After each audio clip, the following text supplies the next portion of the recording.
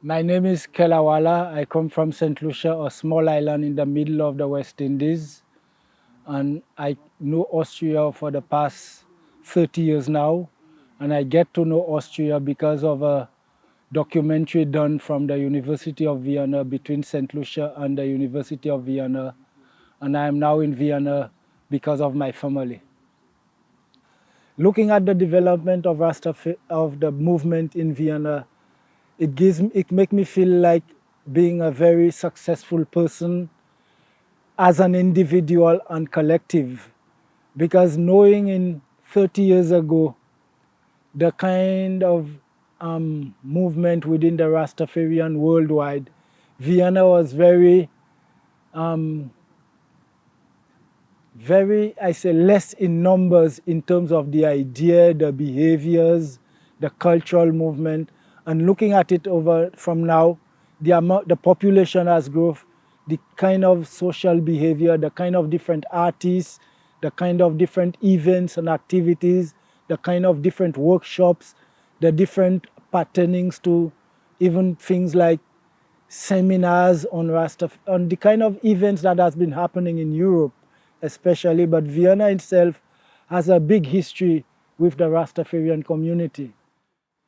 The father of Rastafarian, Haile Selassie, the leader, kings of kings, lords of lords, had special admiration also to Austria. He visited Austria. Selassie himself had a lot of respect for Austria itself.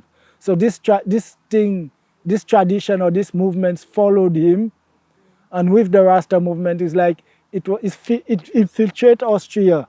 So the Rasta movement, when it came to Austria, as if it grew very strongly and rapidly because of maybe spiritual feelings or communication feelings or belief from what Selassie legacy left when he visited the country.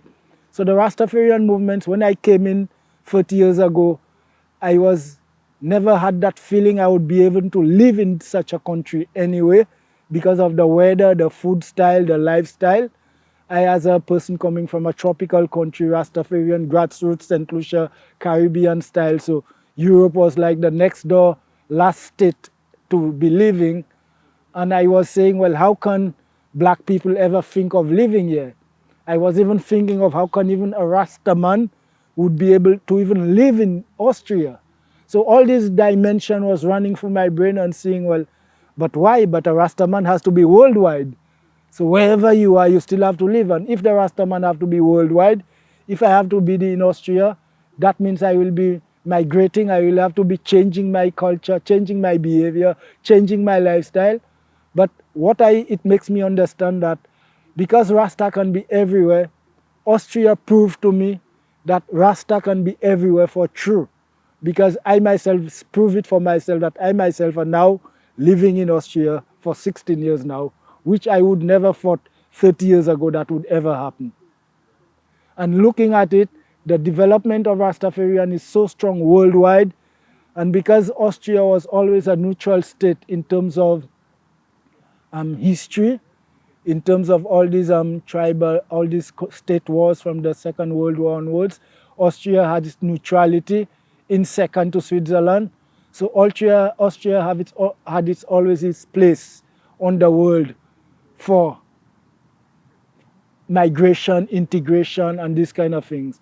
So because Black Rasta is a migrating movement, so Austria was always strong in migration. So the Rasta who migrated here feel themselves at home, like Austria welcome Rasta. So that I'm very proud of Austria, of those who don't know it or those who know it or unconscious of it, but I'm proud that Austria, that state, has also welcomed Rasta.